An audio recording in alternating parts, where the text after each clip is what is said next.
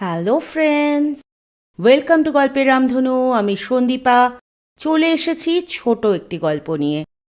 গল্প এবং গল্প পাঠ যদি ভালো লাগে তাহলে চ্যানেলটি সাবস্ক্রাইব করে পাশে থাকার অনুরোধ রইল এবং লাইক শেয়ার কমেন্ট করে আমাকে উৎসাহিত করতে ভুলবেন না। তাহলে শুরু করা যাক আজকের গল্প, সুচিত্রা ভট্টাচার্যের কলমে সানরাইজ লজ। অফিসের কাজে মেঘা তাবুরু এসেছিল অবনী। ভেবেছিল দিন থাকতে থাকতে কাজ চুকিয়ে ফিরে যাবে টাটানগর, কিন্তু হয়ে উঠল না। স্থানীয় লোহা খনির কর্তা ব্যক্তিদের সঙ্গে মিটিং যখন শেষ হলো, সারান্ডা পাহাড়ে তখন সন্ধে নেমে গেছে। জানুয়ারি মাস, পাহাড়ে প্রবল শীত। ঠান্ডায় কাঁপতে কাঁপতে বাস স্ট্যান্ডে এসে অবনী যা শুনল তাতে আরও হাড় হিম হয়ে যাওয়ার জোগাড়।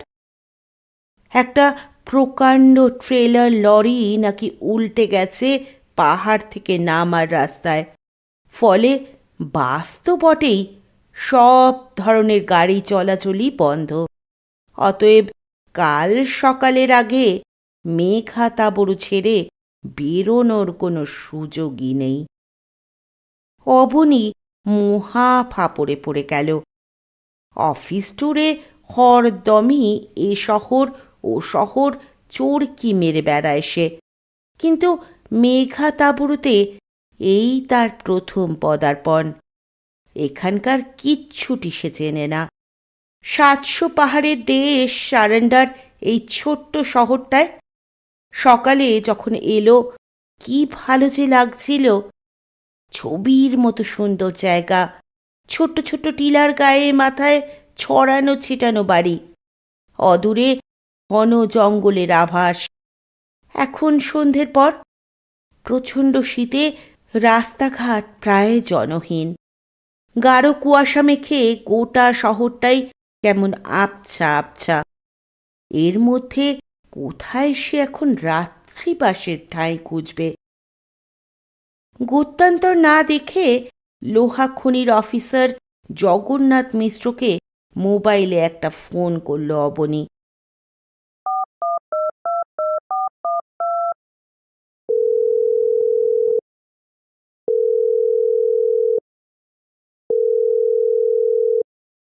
জগন্নাথ বললেন, কি হলো অবনীবাবু? আপনি বুঝি যেতে পারেননি? না মিশ্রাজি, আটকে গেছি। অবনী অসহায় গলায় বলল, রাতে কোথায় থাকি বলুন তো?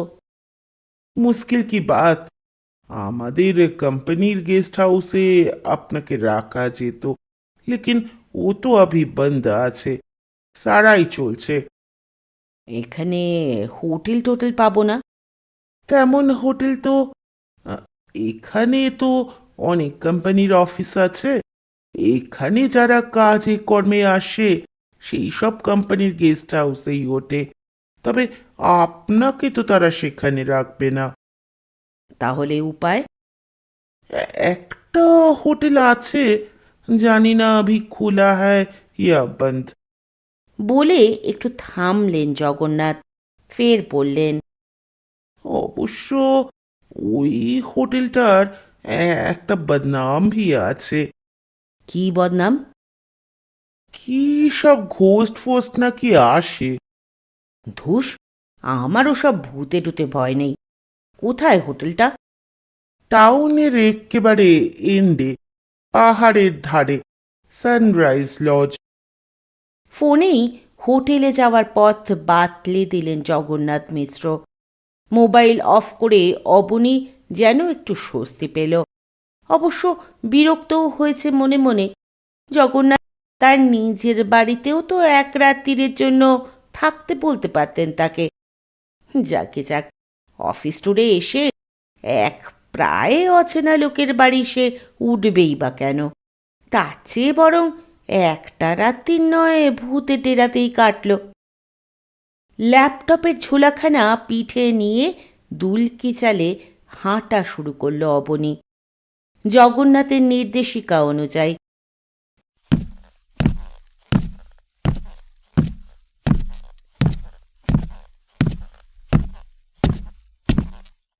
বেশ কিছু চড়াই উতরাই পেরিয়ে মিনিট 20 পর অবশেষে পৌঁছেছে গন্তব্যে।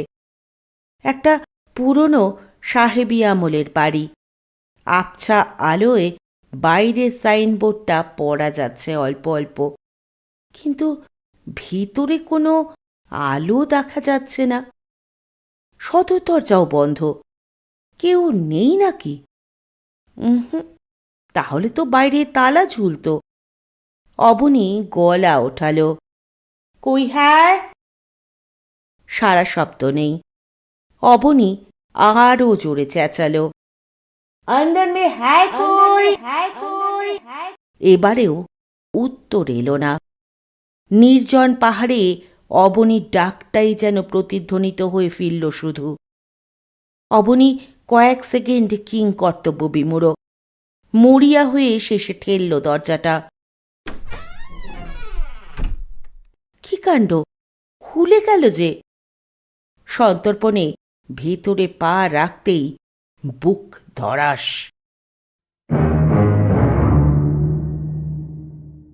কাউন্টারের ওপারে টিম টিম এক লম্ফ জ্বলছে।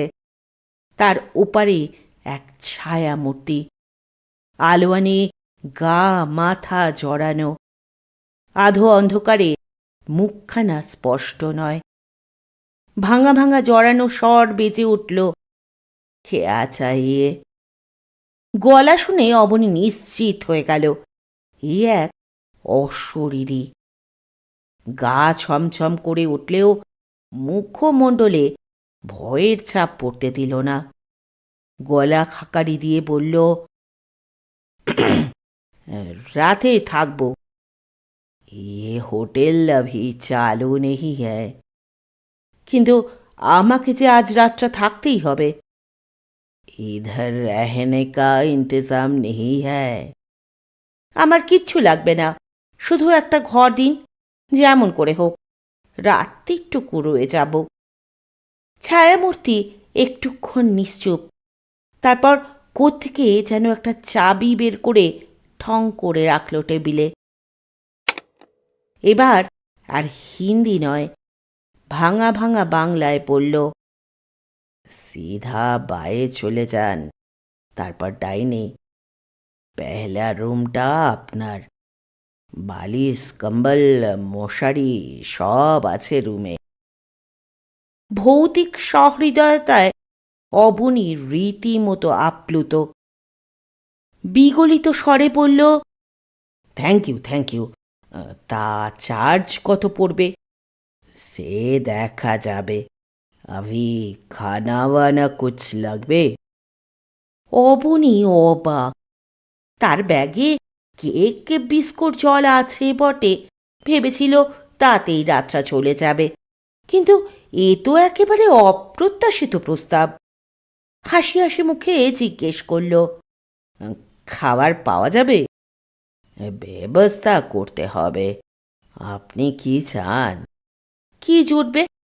রুটি সবজি, চাইলে আন্ডা মুরগি ভি পেতে পারেন।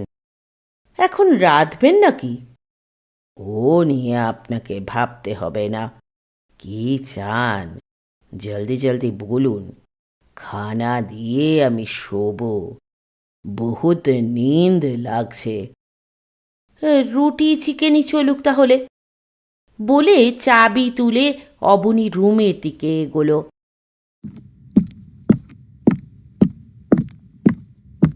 যেতে যেতে ঘাড় ঘুরিয়ে তাকালো একবার, অমনি বুকটা ছ্যাঁক।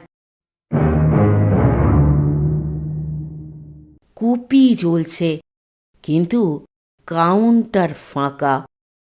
উবে গেছে ছায়ামূর্তি। পলকের জন্য অবনীর মনে হলো ভূতের ডেরায় থাকাটা কি ঠিক হচ্ছে। পরক্ষণে অবশ্য ভয়টা ঝেড়ে ফেলল। যদি উৎপাত না করে এই রকম সৌজন্য দেখায়, ভূতের সঙ্গে এক রাত সহাবস্থান মন্দ কি? ছায়ামূর্তির কথা মতো প্রথম ঘরটায় ঢুকল অবনী। ব্যাগ থেকে টর্চ বার করে একবার দেখে নিল ঘরখানা। ভুল বলেনি ছায়ামূর্তি। আছে সবই, তবে একটু এলোমেলো। একখানা মোমবাতিও গড়াগড়ি খাচ্ছে টেবিলে। ব্যাগে দেশলাই মজুদ। সুতরাং মোমবাতি জ্বেলে নিতে অসুবিধে হলো না। পিঠের ঝোলা টেবিলে রেখে অবনী নিশ্চিন্ত মনে খাটে বসল। দেখল সুইচ বোর্ডও রয়েছে দেওয়ালে। অমনি তড়াক করে গিয়ে ওঠালো নাবালো সুইচগুলো। না, বাল্ব টিউব কিছুই জ্বলল না। আপন মনে হেসে ফেলল অবনী। ফটফটে বাতি জ্বললে ভূত বাবাজি কি টিকতে পারবে এই বাড়িতে? আচমকা দরজায় ছায়া। অবনী চমকে তাকালো।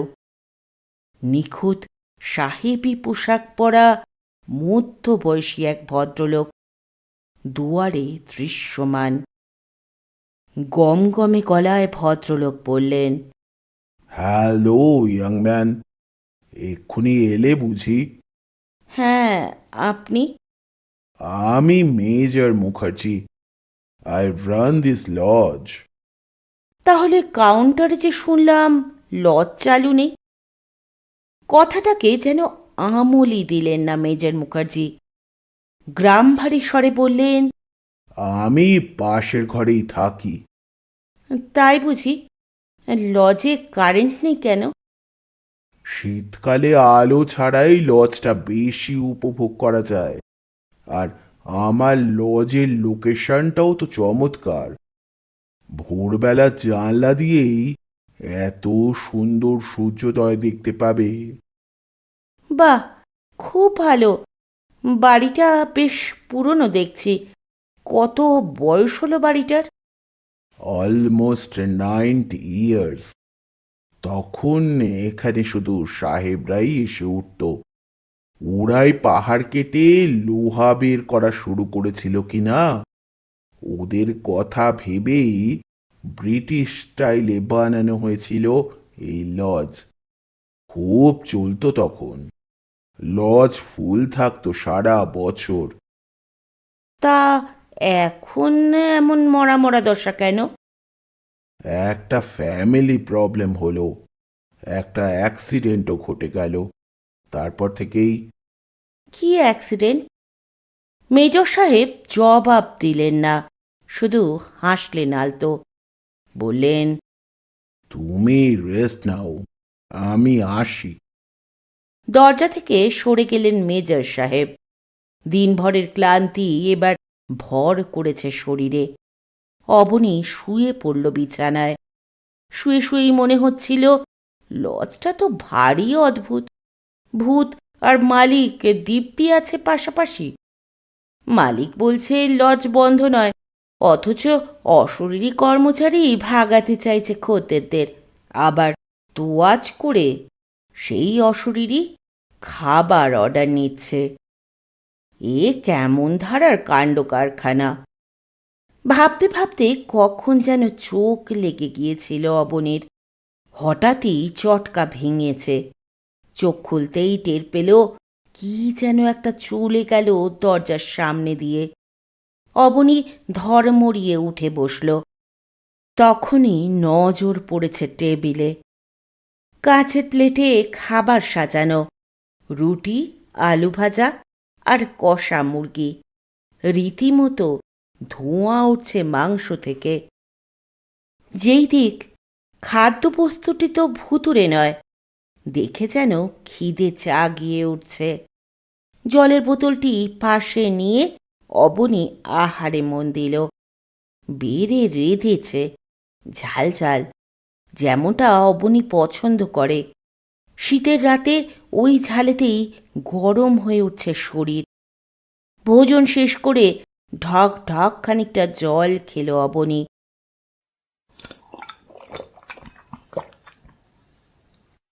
লাগোয়া সাহেবিকে তার বাথরুম থেকে ঘুরে এসে ফের লম্বা হয়েছে শয্যায়। তৃপ্ত হয়েছে পাকস্থলী। এবার ঘুম নামছে চোখে, শান্তির ঘুম। কম্বল মুড়ি দিয়ে অবনীর নিদ্রাটি বেশ গভীর হয়েছিল।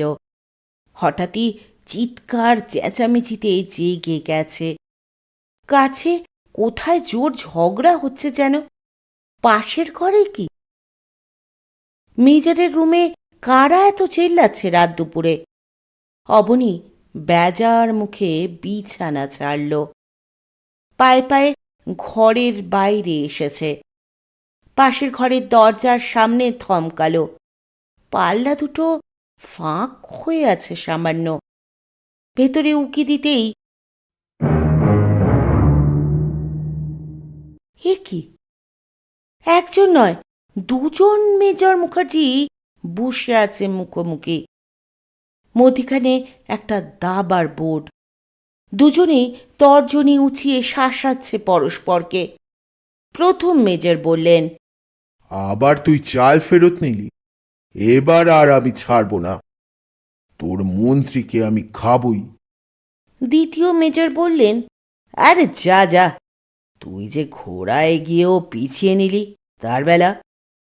আমি মোটেই ওই চাল দিইনি। তোর মতো আমি চিটিংবাজ নই। তুই চিটিংবাজের বেহদ্দ। তোর চোটটা আমি এবার ঘুচিয়ে দেব। খবরদার, মুখ সামলে। এবার কিন্তু আমি হাত চালাবো। আমার বুঝি হাত নেই?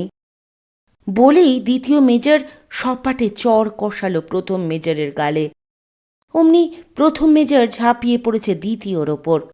ব্যাস, লেগে গেছে লড়াই। শুম্ভ নিশুম্ভর যুদ্ধ। পাগলের মতো এ ওর গায়ে হাত চালাচ্ছে। কখনো 1 নম্বর পেরে ফেলছে 2 নম্বরকে, কখনো 2 নম্বরের রোষে ধরাশায়ী প্রথম নম্বর। মারামারি ঠেলায় দুজনেরই জামা কাপড় ছিঁড়ে ফর্দাফাই। তবু কেউ কারোকে ছাড়ছে না। অবনী প্রমাদ গুনল। ঘরে ঢুকে দুজনকে থামাবে কিনা ভাবছিল। তখনই আচমকা পরস্পরের কলার ঝাঁকাতে ঝাঁকাতে দুজনে বেরিয়ে এলো ঘর ছেড়ে। অবনীর দিকে দৃকপাত না করেই ওকে ধাক্কা মেরে সরালো। দুজনেরই কোমর থেকে হাতে এলো রিভলভার। হিংস্র চোখে তাকাচ্ছে দুজনে দুজনের দিকে। তারপর একসঙ্গে গর্জে উঠল দুটো রিভলভার। গুলিবিদ্ধ দুটো দেহ গড়িয়ে পড়ল মাটিতে। রক্তে ভেসে যাচ্ছে লজের প্যাসেজ। আর দাঁড়িয়ে থাকতে পারল না অবনী। দৌড়ে নিজের রুমে ঢুকে গেছে। দরজা বন্ধ করে আতঙ্কে কাঁপছে ঠকঠক। হাঁটুতে যেন আর জোর নেই। গোটা শরীর অবশ। কখন যে সে জ্ঞান হারালো সে নিজেই জানে না। চেতনা ফিরল দরজায় ধাক্কা ধাক্কিতে। কে যেন ডাকছে, উঠিয়ে বাবু, উঠিয়ে, সুবহ হো গিয়া। চোখ রগড়ে অবনী উঠে বসল। স্লথ পায়ে গিয়ে ছিটকিনি খুলছিল। দুম করে রাতে দৃশ্যখানা মনে পড়ে গেল। সঙ্গে সঙ্গে পিছিয়ে এসেছে দুপা। ফের দরজায় করাঘাত। কি হলো বাবু, জাগুন। আপনি ঠিক আছেন তো? গলাটা যেন চেনা চেনা। কাল রাতের সেই ভৌতিক কর্মচারীটির কণ্ঠস্বর না? দিন ফুটে গেছে, তবু সে। কম্পিত হাতে পাল্লা খুলল অবনী। হোমা, কোথায় ভূত?